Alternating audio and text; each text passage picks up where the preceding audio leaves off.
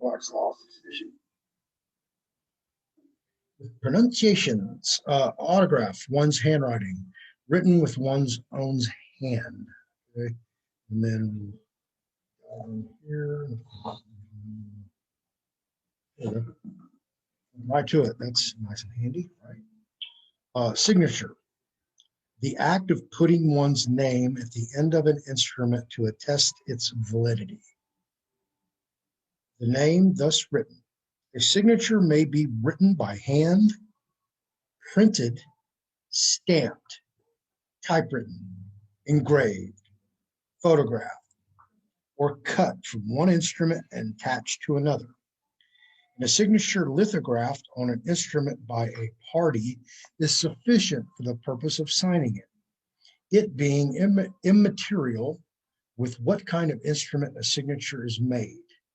And that would be supported by the case law of Maricopa County versus Osborne, 60 Arizona 290, or 136 Pacific 2nd 270 at page 274.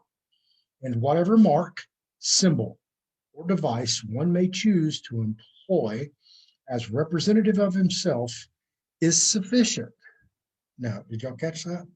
Okay, this is the signature. The name or mark of a person written by that person at his or her direction. In commercial law, remember that, because everything is commercial. Everything you do is commercial. Do not think otherwise. All right.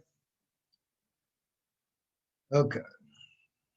In commercial law, any name, word, or mark used with the intention to authenticate a writing constitutes a signature.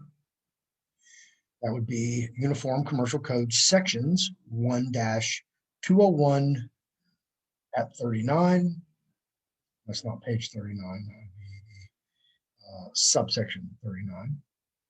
And 3-401 subsection 2. See also cross, sign, and signed. Okay? Crossing yourself out. A signature is made by use of any name, including any trade or assumed name, upon an instrument or by any word or mark used in lieu of written signature. UCC section 3-401. In Texas, UCC will be identical to these same sections, except it'll be like for that one, it'll be 3.401. And I can say in Pennsylvania, because I looked this up today, it would be section 3401. So they don't have a hyphen or a dot before theirs. And to conclude, the signature to a deed may be made either by the grantor fixing his or her own signature, or by adopting one written for him or her, or by making his or her mark, or impressing some other sign or symbol on the paper by which the signature, though written by another for him or her, may be identified. Now, this is a subsection of signature, public officials, those guys. Many states have adopted the uniform facsimile signatures of public official acts. Now you're probably going, what the fuck was that?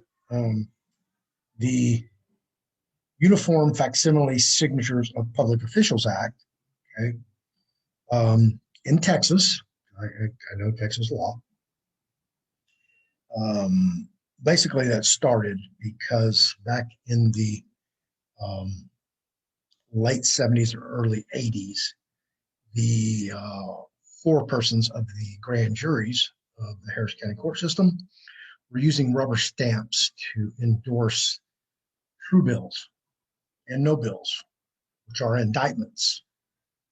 I would imagine as well as informations. I don't know that for sure, but I would presume so, since they were doing it, in fact, on indictments. So